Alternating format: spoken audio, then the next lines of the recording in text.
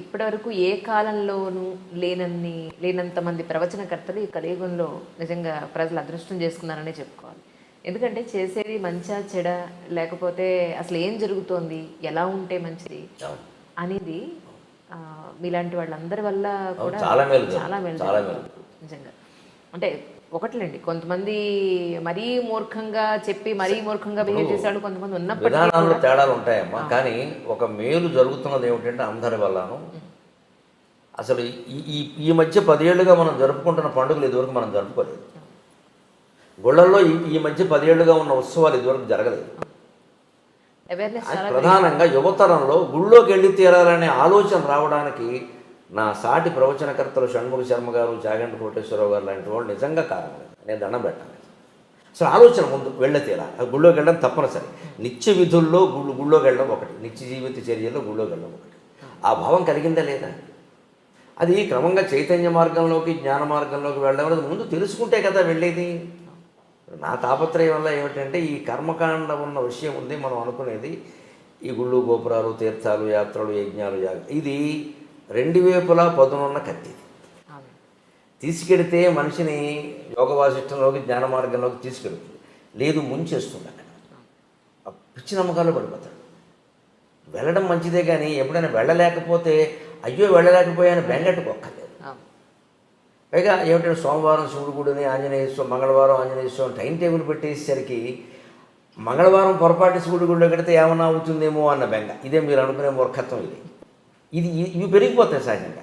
అంటే ప్రవచనకర్తలు ఎవరైనా, నేనైనా వారైనా జాగ్రత్త తీసుకోవలసింది, మనం ఇది చెబుతున్నది వారు ఒక క్రమశిక్షణతో ఒక పద్ధతిలో ఉండడానికి, కానీ ఇదే అంతిమ లక్ష్యం కాదు. గుడి అనేది ఒక శిక్షణ కేంద్రం. మనం భగవంతుడికి ప్రత్యేకంగా అక్కడ విగ్రహాన్ని ఏర్పాటు చేసి, అది ఎంతైనా అది విగ్రహం. ఆ విగ్రహం దెబ్బతినకుండా చూడాలి. కానీ ఇంకా చెంబుడు పాలు పోస్తే ఒక పాలం, బిందెడు పాలు పోస్తే ఒక పాలం చెబితే అందరూ బిందే పోస్తారు. 1000 బిందెలు పోస్తే శివుడు ఏమవుతాడు? నా తాపత్రయం వల్ల నేను చెబుతున్నది అదే. కొంతమందికి నచ్చచ్చు, నచ్చకపోవచ్చు, లేదా వారిని వ్యతిరేకించారంటారు, వీరిని ఏదో అన్నారంటారు. అవన్నీ నాకు అనవసరమైన విమర్శలు, అవన్నీ నేను ఎప్పుడు పట్టించుకోను. దాని గురించి కాదు అసలు ఆలోచించాల్సింది. విగ్రహారాధన దేనికి? ప్రతీకాత్మకంగా జరగాలి విగ్రహారాధన. అదే లక్ష్యం అన్నట్టుగా మాట్లాడద్దు. అది లక్ష్యం కాదు, ఎక్కడా చెప్పలేదు ఆ విషయం. ప్రతీకాత్మకంగా జరగాలి. శంకరాచార్య చెబుతారు స్పష్టంగా వేదాంత సార సంగ్రహం. కషాయే కర్మభి పక్వే తతో జ్ఞానం ప్రవర్తతే. ఆయుర్వేద వైద్యులు కషాయాన్ని తయారు చేస్తుంటే ఈ తెడ్డు పెట్టి తిప్పుతూ ఎప్పటికప్పుడు పాకం చూసుకుంటాడు. పాకం సరిగ్గా ఉందా లేదా, పాకం సరిగ్గా ఉందా. అలా మనం చేసే సత్యనారాయణ వ్రతం సహా, పెళ్ళిళ్ళు సహా, ఉపనయనాలు సహా, ఇదెందుకు ఆ ప్రయోజనం నెరవేరిందా లేదా అని చూసుకోవాలి. లేకపోతే ఒట్టి కర్మకాండ మిగిలిపోతుంది అక్కడ. సత్యనారాయణ వ్రతం ఒకసారి చేసాడు అంటే వాడు అబద్ధం ఆడకూడదమ్మా. మీరు అలాంటి మనిషిని చూపించగలరా? నేను 100 సార్లు చేశాను, అన్నవరం వెళ్ళాను, ప్రతి ఏకాదశికి చేయించుకుంటాను అన్నవాళ్ళు కొన్ని వేల మంది ఉన్నారు. వీళ్ళందరూ అబద్ధాలు ఆడకుండా ఉంటే ఇన్ని కేసులు కోర్టులో పెండింగ్లో ఉండవు.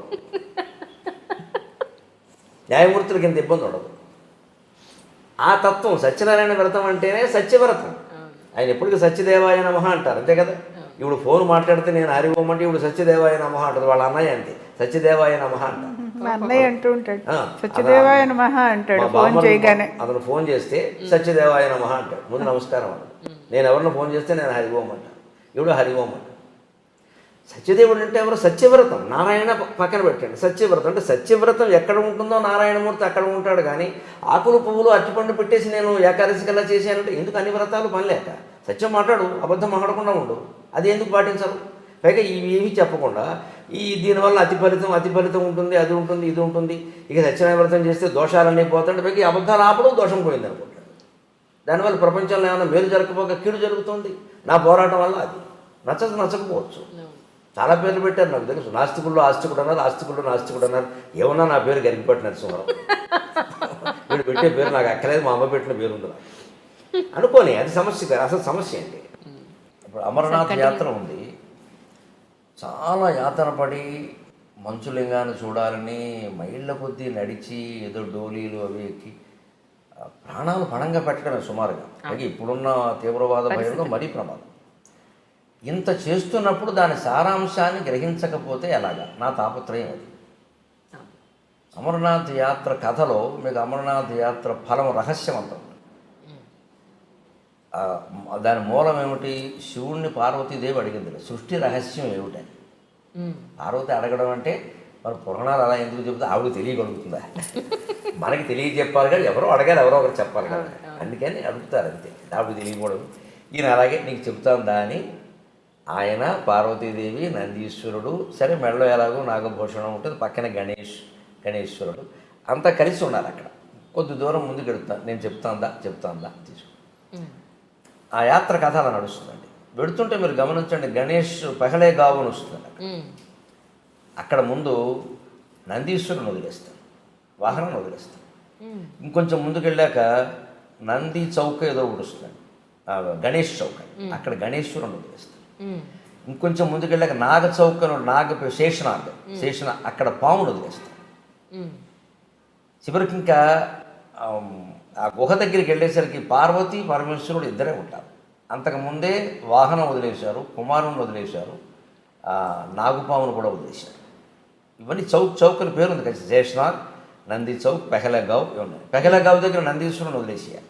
తర్వాత గణేష్ చౌక్ దగ్గర గణేషుని ఇంకొన్ని వాగిపోవయ్యా అంటారు కొడుకుని. తర్వాత ఇంకో మూడోదో నాలుగోదో శేషనాగ్ అని ఉంటుంది, అక్కడ ఆ పామును కూడా తీసేస్తాడు. శివుడు పార్వతి ఇద్దరు లోపలికి వెళ్తారు. లోపలికి వెళ్ళాక ఏమయ్యారో తెలియదు. అక్కడే శివుడు లింగమయ్యాడు. సమస్త సన్మంగళాన్ని భవంతో కథను ముగిస్తాడు. ఇది అమరనాథ్ కథ. మరి ఇప్పుడు సృష్టి రహస్యం ఏమిటి? ఇప్పుడు ఇందులో సృష్టి రహస్యం ఏమిటంటే, అది నీకు అర్థం కావాలంటే ముందు వాహనాల మీద వ్యామోహం వదిలేయి. పహలే కావాలి, నందీశ్వరుడు వదిలేసాడు. నంది ఎవరు? వాహనం. ఈ కార్లు, సొంత చార్టర్లు, విమానాలు ఎన్ని పెట్టుకుంటున్నాయి ఇవాళ? ఒక కారా? ఇంట్లో ఇద్దరు మనుషులు ఉంటే 2 కార్లు ఉంటున్నాయమ్మా. అన్ని అవసరమా? సర్దుకోలేరా? మరి ట్రాఫిక్ జామ్ అయిందనేది మనమే, కాలుష్యం పెరిగిందనేది మనమే. మన వల్ల ఏం జరుగుతుందో ఆలోచించుకోవద్దా? తనలో తాను రవంతా మారడానికి అన్నది దేనికని? అమ్మ ఒక్కళ్ళ వల్ల అయిందా? దేశమంతా ఎవరు దేశమంతా కేసీఆర్ సరి చేస్తారా, జగన్మోహన్ రెడ్డి సరి చేస్తారా, నరేంద్ర మోడీ సరి చేస్తారా? అందులో మనం ఒకళ్ళం కాదా? మనం ఎవరు సహకరించకుండా వారు చేసేస్తారా? వారు ఏమైనా మాయ చేస్తారా? కాదు కదా. ఏ పరిపాలకుడు మన ఈ పార్టీ కదా ఆ పార్టీ ఉన్నా ఎవరు చేయగలిగింది లేదు. ప్రజల్లో కూడా మార్పు రావాలి. అసలు ఇన్ని వాహనాలు నాకు అవసరం లేదు. 4 కుటుంబ సభ్యులు ఉంటే 2 కార్లు 2 బళ్ళు ఉంటున్నాయమ్మా. పిల్లలకు కూడా చెరువు బండి. వాహనాల మీద వ్యామోహాన్ని వదులుకోండి. వీలైనంత దూరం నడిచేయండి. అక్కడ నడిచే వెళ్ళక తప్పదు. కొన్ని ప్రాంతాలు మీరు ఏం చేయలేరు. ఆ ఆరోగ్యం ఉన్నవాళ్ళే వెళ్ళాలి. ఇంకొంచెం వెళ్ళాక గణేశ్వరుని వదిలేశాడు. సంతానం మీద వ్యామోహం వదులుకోండి. ఇంకా మా అబ్బాయి ఎలా ఉన్నాడు, కోళ్ళు ఎలా ఉంది, ఏమిటో కోడలు నీళ్ళు లోసుకోలేదు, అత్తగారి కంగారు ఏమిటమ్మా నాకు అర్థం కాదు. కందకలేని దొరద కత్తిపెట్టకని. దీనికి ఇది అహంకారం తప్పితే ఏం లేదు. ఇది అహంకారం అంటే గర్వం కాదు. నా వంశం, ఈ కోళ్ళు వచ్చాక నా వంశం, ఇప్పుడు ఈవిడి ఏమైనా సూర్యవంశమో చంద్రవంశమో పెరగకపోతే నష్టం ఏంటి? ఇలా ఆలోచించరు మనుషులు. మా వంశం ఈ అమ్మాయి సంతానాన్ని కన్నంత మాత్రం ఆడాలని ఆక్షేపించాలమ్మా, నాకు అది కూడా ఉండదు దానికేనా అన్నారు. ఏమిటట? అదేమైనా సిద్ధాంతమా, రూలా? కొందరికి కలగరమ్మా. పైగా చాలా చోట్ల కలగకపోవడానికి మన ధర్మశాస్త్రం కూడా చెప్పిన ప్రకారం పురుషులు కారణం అండి బాబు. స్త్రీలను ఎందుకు అంటున్నారు నాకు తెలియదు. మన మాస్టర్ సివివి గారిది యోగ దర్శనం అని ఉంది. ఆ పుస్తకం ఎప్పుడో 10-12 ఏళ్ల క్రితం చదివాను. బాబు ఇదే రహస్యం అనుకో. పుట్టబోయే జీవుడు, మనకి సైన్స్ అలా అట్టి పెట్టండి కాసేపు. మన ధర్మశాస్త్రం ప్రకారం పుట్టబోయే జీవుడు తండ్రి నెత్తి మీద 3 నెలల పాటు తిరుగుతూ ఉంటాడు వీడి శరీరంలో ప్రవేశించడానికి. వీడు ఎప్పుడు నీళ్లు తాగితే అప్పుడు ప్రవేశిస్తాడు. జీవుడు నీళ్ళ ద్వారానే ప్రవేశిస్తాడు. అందుకే ఎవరైనా పోతే నీళ్ళకే మైల, ప్లాస్టిక్ వస్తువులకి కుర్చీలకి మైల ఉండదు. జీవుడు నీళ్ళ ద్వారా వెళతాడు. అందుకే మనం 10వ రోజు ధర్మోదకాలను పెట్టి అందరూ బంధువులు నీళ్లు వదులుతూ ఉంటాం. తిలోదకాలు, జలోదకాలు నీళ్ళ ద్వారా పంపిస్తామండి. వెళ్ళిపో మావయ్య, వెళ్ళిపో మావయ్య, ఇంకా మమ్మల్ని వదిలిపెట్టు, లేదా వెళ్ళిపో తాతయ్య అంటే ఆ వెళ్ళిపోయిన వాడికి వీళ్ళ మీద వ్యామోహం ఉంటుంది. ఇంకా పోదు. నీళ్ళు వదిలేస్తున్నామంటే వదిలేసాడు, పెద్ద కొడుకు కూడా వదిలేసాడు, మా అమ్మాయి కూడా మా ఆవిడే వదిలేసింది, ఏం చేస్తా అని ఇంకా జీవుడు వెళ్ళిపోవాలి. ఇంక పెంచుకోకూడదు. అది వాడికి సంఖ్య. ఆ మంత్రాలు అలాగే ఉంటాయి. ఆ మంత్రాలు అర్థం అదే. కర్మకాండ చాలా గొప్పది. ఆ మంత్రాలు అలాగే ఉంటాయి అర్థం. అది ఎవరు చెప్పరు, ఊరికి టెక్నికల్ చేశారు. ఈ నీళ్లు వదిలేయడం ఉంది. ఈ వ్యామోహాలు వదులుకోకపోతే అలాగే పడుతూ ఉంటాడు ఇంక తాపత్రయం. అందుకని సంతానం మీద వ్యామోహం వదులుకో. 60 ఏళ్ళు వచ్చాయి నీకు. కొడుకు కోళ్ళు పిల్లల్ని కన్నారా లేదా అనవసరం. ఎందుకంటే కనడం అనేది కేవలం సైన్స్ రీత్యా ఎలా ఉన్నప్పటికీ యోగశాస్త్ర రీత్యా కూడా, పూర్వజన్మ కర్మఫలం రీత్యా కూడా యోగం మొగాడుకుంటేనే సంతానం కలుగుతారు. ఆ యోగం మొగాడిది ఆడాళ్ళకి సంబంధం లేదు. ఈ 3 నెలలు ఈ జీవుడు పురుషుడు నెత్తి మీద తిరుగుతూ ఉంటాడు. వీడు ఎప్పుడు నీళ్లు తాగితే అప్పుడు ప్రవేశిస్తాడు వీడు. అందుకని మనకి కొత్త దంపతులను తీర్థయాత్ర చేయమని చెబుతారు. సంస్కృతి ఎంత గొప్పదో ఆలోచించాలి. కొత్త దంపతులు చేయాలి తీర్థయాత్ర. 72 ఏళ్ళు వచ్చాక ఎందుకమ్మా యాత్ర? ఎక్కలేరు దిగలేరు. దురదృష్టం ఏంటంటే 60 ఏళ్ళు దాటిన వాళ్ళే చేస్తారు. అవును. పైగా వయసులో చేయమంటే సంపాదించుకునే వయసులో ఇవన్నీ ఏమిటంట. 70 ఏళ్ళు ఇంకేం చేస్తావు ఇప్పుడు 4 చోట్ల అంటే ఏమీ చేయలేవు కాబట్టి ఇప్పుడు కాశీ వెళ్ళి మిఠాయి తింటావా? ఏమైనా చేయగలిగితే చేసేస్తానే దోచేసి. ఇదేం ఆలోచన అండి? ఆధ్యాత్మికతను తీవ్రంగా గంభీరంగా తీసుకోవాలి కానీ టైంపాస్ బఠానీలా ఆధ్యాత్మికత అంటే టైంపాసా? ఏమీ చేయలేవు కాబట్టి చేస్తావా? 60 ఏళ్ళు దాటే 70 ఏళ్ళు దాటే బస్సు ఎక్కలేడు, దిగలేడు, 2 మైళ్ళు 2 మెట్లు ఎక్కలేడు, 4 అడుగులు వేయలేడు. ఈయన ఎందుకండి యాత్రకి? ఈవిడ మొఖాన్ని నొప్పులు అంటారు కూర్చోక. అప్పుడు కాదు, కొత్త దంపతులు చేయాలి, 25 ఏళ్ళ వాళ్ళు చేయాలి, నాట్ హనీమూన్, తీర్థయాత్ర చేయాలి. ఎందుకంటే అప్పుడు ఆ తీర్థాల్లో పురుషుడు స్త్రీ ఇద్దరు సరిగంగ స్నానాలంట. సరిగంగ స్నానం అంటే ఇద్దరు చెయ్యి పుట్టును కలిసి స్నానం చేయడం, సరిగంగ స్నానం, సమానంగా ఇద్దరు. ఆ స్నానం చేసినప్పుడు అప్రయత్నంగా నీళ్లు నోట్లో గడితే తాగితే ఈ జీవుడు ప్రవేశిస్తే ఆ తీర్థ ప్రభావం వల్ల మంచి పిల్లాడు పుడతాడమ్మా, మంచి అమ్మాయి పుడుతుంది. ఓ సక్కుబాయి పుడుతుంది, ఓ తుకారాం పుడతాడు, ఈ తుక్కురాములు పుడుతున్నారు అందరూ. తీర్థ ప్రభావం అంటే అది. వీడు గ్లాసులు మంచినీళ్ళు తాగిన ప్రవేశిస్తాడు, కానీ గ్లాసుడు వాడే పుడతాడు, వ్యాసుడు పుట్టాడు. ఎందుకంటే పుట్టబోయే జీవుడికి తీర్థంలో మనం సేవ చేస్తే వ్యాసుడు శరీరం వస్తుంది. ఈ ఇంట్లో ఆ నీళ్లు తాగితే గ్లాసుల శరీరం వస్తుంది. ఏ శరీరం ఇవ్వాలి? ఆ లోపల ఉన్న జీవుడు ఎంత ప్రతిభావంతుడైనా ఉపాధి సరైనది కాకపోతే ఆ ప్రతిభ వ్యక్తం కాదు. ఒక మహామేధా ఉంటాడు, గొప్ప ఏదో చేయగలడు, క్యాన్సర్ వచ్చింది ఏం చేస్తాడు? జ్వరం ఎప్పుడూ రోగమే, ఏం చేస్తాడు? ఇది రహస్యం. అలాగా ఆ యోగాన్ని బట్టి ఏం చేయాలి? సంతానం యోగం లేదు, కలగదు, వదిలేయండి ఆ విషయాన్ని. దాని గురించి అంత తాపత్రయపడతారు. ఆస్తులు దాన ధర్మాలు చేసుకోండి, జలసాలు చేయండి, సుఖంగా తిరగండి. రైల్లో సెకండ్ స్లీపర్లో వెళ్ళే బదులు ఏసీలో వెళ్ళండి, విమానం ఎక్కి వెళ్ళండి. ఎందుకు మూటకట్టి కొడుకు ఇచ్చి కోడలకి ఇచ్చి మళ్ళీ వాళ్ళు పిల్లలకి వెళ్ళలేదని, వాళ్ళు ఇంకా వృద్ధి చేయలేదు, ఏంటి నస? ఇదే గణేష్ చౌక్, గణేష్ను వదిలేయండి, అక్కడ సంతానం వదిలేసారు. తర్వాత చూడండి, అతి ముఖ్యమైనది జీవితంలో మనం ధనమైనా వదులుతాం, వాహనమైనా వదులుతాం, సంతానం మీద వ్యామోహమైనా వదులుతాం, కానీ చచ్చే వరకు పోనది. చచ్చాకు చుట్టప్పుడు కూడా భయపడేది భయాన్ని వదలలేము. భయానికి సంకేతం పావు, భయాన్ని వదిలేదు. భయానికి సంకేతం పావు. ఎందుకంటే పావును చూడగానే భయపడతాం, మనసు పావు అన్న మాట విన్నా భయపడతాం. పైగా పూర్వకాలపు నాగరికతలో పాములు ఇళ్లలోకి వచ్చేవి సహజంగా. మట్టిళ్ళు, పల్లెటూళ్ళు, పొలాలకు దగ్గరగా ఉండేవి. పాము రాకపోతే ఏమొస్తాయి? అందుకని పాము చూసి భయపడేవాడు. ఆ భయం పోగొట్టుకోవాలి. దానికే మనకు నాగుల చవితి పెట్టారు. నాగుల చవితి నాడు పుట్ట దగ్గరికి ఆడవాళ్లే పెడతారు, మగాళ్ళ కంటే ఎక్కువ. అక్కడ పాము కనపడ తీరాలి, దానికి పాలు పోస్తారు, తాగినా తాకపోయినా సరే. పాము పాలు తాగదు అని 14 లోకాల్లో అందరికీ తెలుసు, ఎవడు చెప్పక్కర్లేదు. కానీ మన వాళ్ళు మానరు, మళ్ళీ వెళ్ళి పోస్తారు. నేను చూస్తుండగా తాగింది, ఈవిడ తాగిందేమో అది తాగలేదు. ఈ కబుర్లు చెప్పద్దు ఇక్కడ. శాస్త్రీయ విజ్ఞానాన్ని మనం అంగీకరించాలి. శాస్త్రీయ విజ్ఞానం ఎప్పుడూ మతానికి వ్యతిరేకం కాదు. అవసరమైతే మతాన్నే సరి చేసుకోవాలి, విజ్ఞానాన్ని ఆక్షేపించదు. విజ్ఞానమే. వాడు చచ్చి చెడి కనిపెట్టారమ్మా, ఐన్స్టీను, ఎడిసన్, బల్బులు అన్నీ పని లేక. దాని మతం పేరు మీద దాన్ని కొట్టేస్తే అలాగా.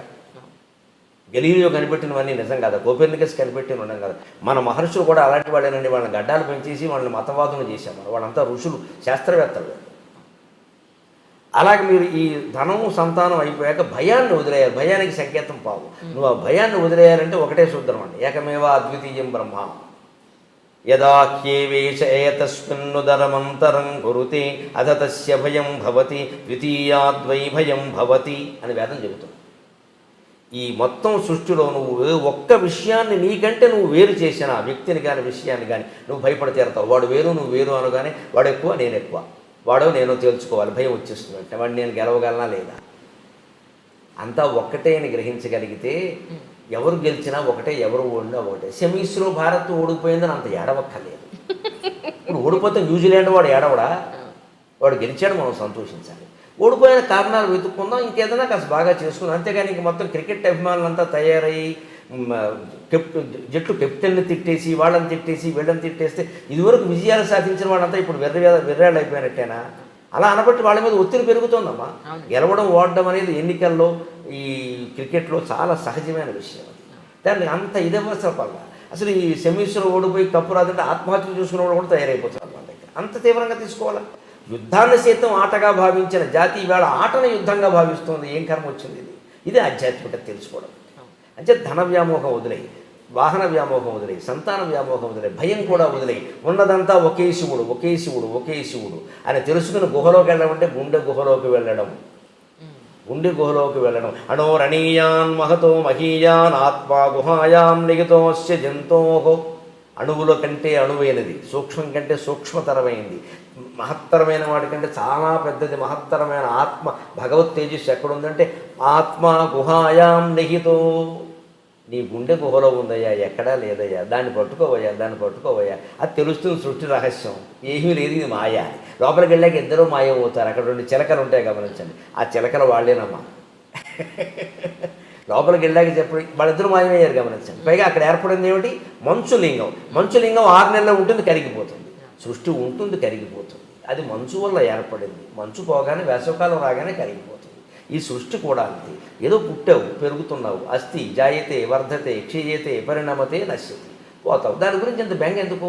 ప్రతి పరిణామంలో ఆనందంగా ఉండు. వృద్ధాప్యంలో కొన్ని సుఖాలు ఉన్నాయి, బాల్యంలో కొన్ని సుఖాలు ఉన్నాయి, యవ్వనంలో ఎలాగో సుఖాలు ఉన్నాయని అంటూనే ఉన్నాం. వృత్తిలో కూడా సుఖం ఉంది. ఈ మొత్తం అంతా ఒక్కసారి వదిలిపోతుందంటే నన్ను అడిగితే మరణాన్ని మించిన వరం లేదు మనిషికి.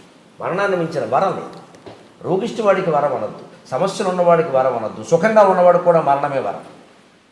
మరణంలో మాత్రమే నిత్య సుఖం. ఇందులో ఏముందండి? ఊరికే తాపత్రయపడిపోతున్నారు కానీ అలాగే అది లొల్లుకుందాం, ఇది లాక్కుందాం, ఏం చేసుకుంటారు లాక్కుని? ఎప్పటికైనా పోయేది. నువ్వు ఎంత గట్టిగా పట్టుకున్నవాడు ఇక్కడే ఉంటాడు, చేతులు ఇక్కడే ఉంటాయి, లోపల నుంచి జీవుడు ఎగిరిపోతున్నాడు. ఈ తత్వం తెలుసుకో. గుహలో ఏమీ లేదు, శూన్యం. అంటే సృష్టికి మూలమైంది శూన్యం అనడానికి వీలు లేదు. శూన్యం అనకూడదు. శూన్యమైతే ఏమీ రాదు. కాబట్టి మన వేదాంతులు ఏం చెప్పారు? పూర్ణమిదం పూర్ణమదః పూర్ణాత్ పూర్ణముదచ్యతే పూర్ణస్య పూర్ణమాదాయ పూర్ణమేవావశిష్యతే. సృష్టికి మూలం ఉన్నది పూర్ణమయ, శూన్యం కాదు. పూర్ణం కాబట్టి అందులో అన్నీ ఉంటాయి కాబట్టి ఏదైనా వచ్చింది. శూన్యం నుంచి ఏమొస్తుంది? ఇతర మతాల వాళ్ళకి మనకి తేడాలి. సృష్టికి మూలం శూన్యమని కొందరు చెప్పారు. అజ్ఞానం. శూన్యం నుంచి ఏది రాదు. సృష్టికి మూలం పూర్ణం. ఆ పూర్ణమే పరమశివుడు. ఇది అమర్నాథ్ కథ. ఈ యాత్ర కథ నాకు పత్రికలో నేను ఒక 5-6 ఏళ్ల క్రితం అనుకుంటాను, ఒక ఆంధ్రజ్యోతి పత్రికలో ఎక్కడో చదివా. నివేదన దాంట్లో ఇదే రహస్యం. ఇంక మనం వెళ్ళక్కర్లేదు అనుకున్నాం. ఇంక వెళ్ళక్కర్లేదు. మనం వదులుకోవలసింది వాహన వ్యామోహం, తర్వాత సంతాన వ్యామోహం, తర్వాత భయం, తర్వాత లోపల ఉన్నది పూర్ణ పదార్థం తెలుసుకోవడం. దీనికి అక్కడికి ఎందుకు వెళ్ళడం? అంత యాత్ర పడి ఇక్కడే తెలుసుకోవచ్చుగా. మంచులింగం 6 నెలలు ఉండి 6 నెలలు కరిగిపోయినట్టే మన జీవితం కూడా అంతే. 6 నెలల్లో కరిగిపోతుంది అనుకుంటే అయిపోయాయి. ఇప్పుడు అమరనాథ్ యాత్ర ఫలం చూడకపోయినా నాకు వచ్చింది, కానీ చూసిన వాళ్ళకి ఎంతమందికి వచ్చిందో నాకు తెలియదు. మేము ఎంత కష్టపడ్డాం, పుణ్యం వచ్చేస్తుంది అనుకునే వాళ్ళే. అది దానివల్ల పుణ్యం ఆశిస్తారేమిటి? జ్ఞానం వస్తుంది, కానీ పుణ్యం రాదమ్మా, జ్ఞానం వస్తుంది. అసలు ఈ పుణ్యం జ్ఞానం కంటే ఎక్కువ అనుకోవడం ఉంది. ఇది మూర్ఖత్వం. పుణ్యం అంటే అదో మూట, ధాన్యపు మూట, పాపపు మూటలాగే పుణ్యపు మూట. పుణ్యానికి పాపానికి తేడా ఏమిటో తెలుసా? పాపం ఇనప సంఖ్యల, పుణ్యం బంగారు సంఖ్యల. ఒకటే సింపుల్ డిఫరెన్స్. పాపం ఇనప సంఖ్యల, పుణ్యం బంగారు సంఖ్యల. సంఖ్యలే బంగారం. మమ్మల్ని కట్టి పడేసిన తర్వాత ఆ గొలుసు ఇనప గొలుసా బంగారు గొలుసా అని మీరు ఆలోచించారు. ముందు తీయవయ్యా బాగుంటారు. మీకు స్వేచ్ఛ కావాలి. అంతేగా కడితే కట్టారు కానీ బంగారపు గొలుసుతో కట్టారు అని దాంతో సెల్ఫీ దిగుతారా? ముందు మనకి స్వేచ్ఛ కావాలి కదా సంఖ్యల నుంచి. అది బంగారు సంఖ్యలు అయితే మనకేమిటి? పుణ్యం బంగారు సంఖ్యలు. ఎందుకు కోరుకుంటున్నారు దాన్ని? దానికోసం యాత్రలు చేయడం, దానికోసం దానం చేయడం, దీనికోసం ఫలితం అండి అనడం, గరుడ పురాణం ఇంట్లో ఉంటే పాపం ఆడడం, దీనికి అంతంత భయం. ఏం చేసుకుంటావు ఈ పుణ్యాన్ని? అది బంగారు సంఖ్యల. నేను కట్టిపారేసింది. ఇనప సంఖ్యలకి బంగారు సంఖ్యలకి తేడా అయినది సంఖ్యలైనంత వరకు. మీరు ఆ బంగారు సంఖ్యలు కట్ చేసి మీకు ఇస్తే తాకట్టు పట్టుకోవచ్చు అంటే పెట్టుకుంటాం. దానివల్ల ప్రయోజనం. ఇంకా సంఖ్యలుగా ఉన్న తర్వాత